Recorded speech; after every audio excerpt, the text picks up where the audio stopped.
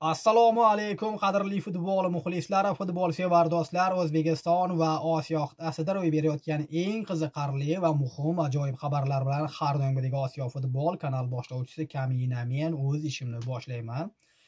Albatta qadrli do'stlar, kanalimizga yangi bo'lsangiz obuna bo'ling va bizni birgalikda kuzatishda davom eting. Avvalambor shu qisqa imkoniyatdan foydalanib, meni qo'llab-quvvatlab, menga like bosib, Instagramlarda albatta menga xabarlar yozayotgan, menga obuna bo'layotgan barcha obunachilarimizga, aka-ukalarimizga, opa-singillarimizga o'z minnatdorchiligimizni izhor etaman. Bugun qadrli do'stlar, asosiy e'tiborni Qatar yashil maydonlarida start oladigan o'smirlar o'rtasidagi jahon chempionatiga qarataman. Ha, sizlar ham kutmoqdasiz. Sizlardan ko'ra men ham kutmoqdaman ko'proq. Chunki bilasizmi, O'zbekiston o'smirlari mana shu mundialda o'zlarini ko'rsatadigan davr. Shu vaqtgacha O'zbekiston o'smirlari juda ko'p jamoalarga qarshi o'rtoqlik o'yinlari o'tkazishdi. To'g'ri, mag'lubiyatlar bo'ldi, duranglar bo'ldi, ayrim o'yinlarda g'alaba qozondik. Bu hamma sharoit UEFA tomonidan berildi.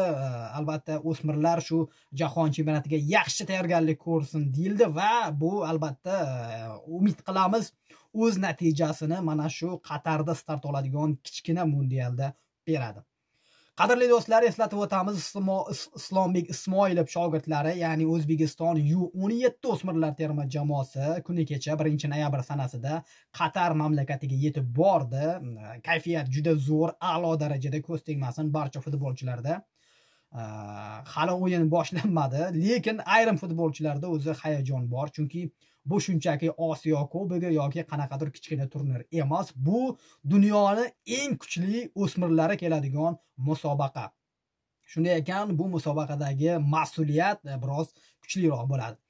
Bizning o'smirlarimiz bunaqa tajribalardan o'tgan. Mana finalda Saudiya Arabistoni bilan ko'rdik. Garchi hakamlar o'sha mezbon mamlakatga yon bosishdan qat'iy nazar bizning futbolchilar kuchli iroda ko'rsata olishdi, xarakter ko'rsata olishdi va yakunda chempionlikni qo'lga kiritib g'alaba qozonishdi. Albatta, mana shularni Osiyoning lideri bo'lib borgan O'zbekiston o'smirlar terma jamoasi mana shu natijalarni jahon miqyosida ham ko'rsatish tarafdorimiz hammamiz.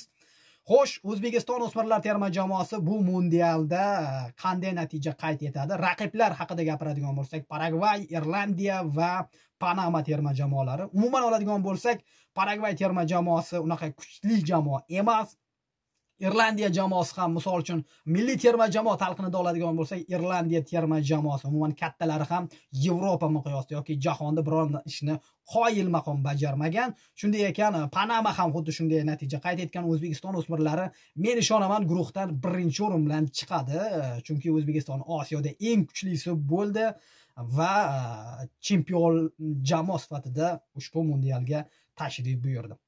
Qadrli do'stlar, eslatib o'tamiz, demak o'yinlar taqvimi haqida. O'zbekiston o'smirlar terma jamoasi ilk birinchi o'yinini, jahon chempionatidagi ochilish o'yinini 5-noyabr sanasida sanoqli kunlar qolmoqda, ya'ni Paragvay O'zbekiston o'yini bo'lib o'tadi va 8-noyabr sanasida esa Irlandiya O'zbekiston o'smirlar terma jamoalari bahs olib boradi va so'nggi 3-hal qiluvchi turda 11-noyabr kuni O'zbekiston o'smirlar terma jamoasi Panama O'zbekiston o'smirlar terma jamoasiga qarshi maydonga chiqadi.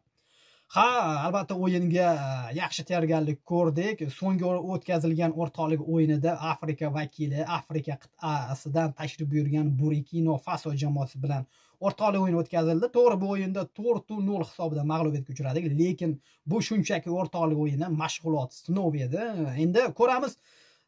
Islombek Ismoilov mana shu jiddiy o'yinda Paragvay, Irlandiya va Panama jamoalariga qarshi albatta mas'uliyat kuchliroq, yoshlarimiz shunga g'alaba qozonishga, umuman 3-turga emas, masalani 1 va 2-turda hal qilib qo'yishlariga ishonchim komil.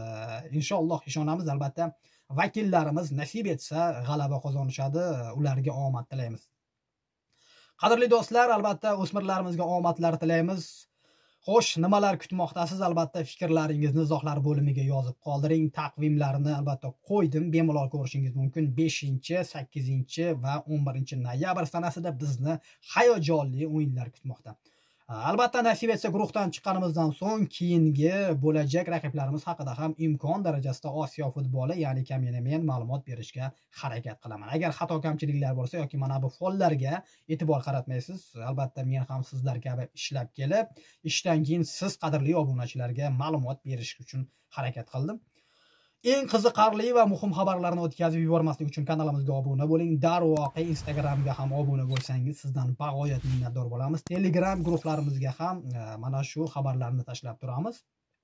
Instagramga albatta futbol Osiyo deb yozsangiz bizni Instagramimiz chiqadi yoki izohlar bo'limiga qoldirib qo'yamiz. Qadrli do'stlar, yana bir qo'shimcha qilmoqchiman. Biz uchun yaxshi xabar, nafaqat o'smirlarimiz ushbu musobaqada kichik mundialda ishtirok etishmoqda. O'zbekistonlik hakamlar ham kichik mundialda yana bir bor o'zlarini ko'rsatish imkoniyatiga ega bo'lishdi. Eng qizig'i bilasizmi? Rustam Lutfilin, o'zbekistonlik FIFA hakami, mana shu o'smirlar o'rtasidagi jahon chempionatida o'yin boshqaradi.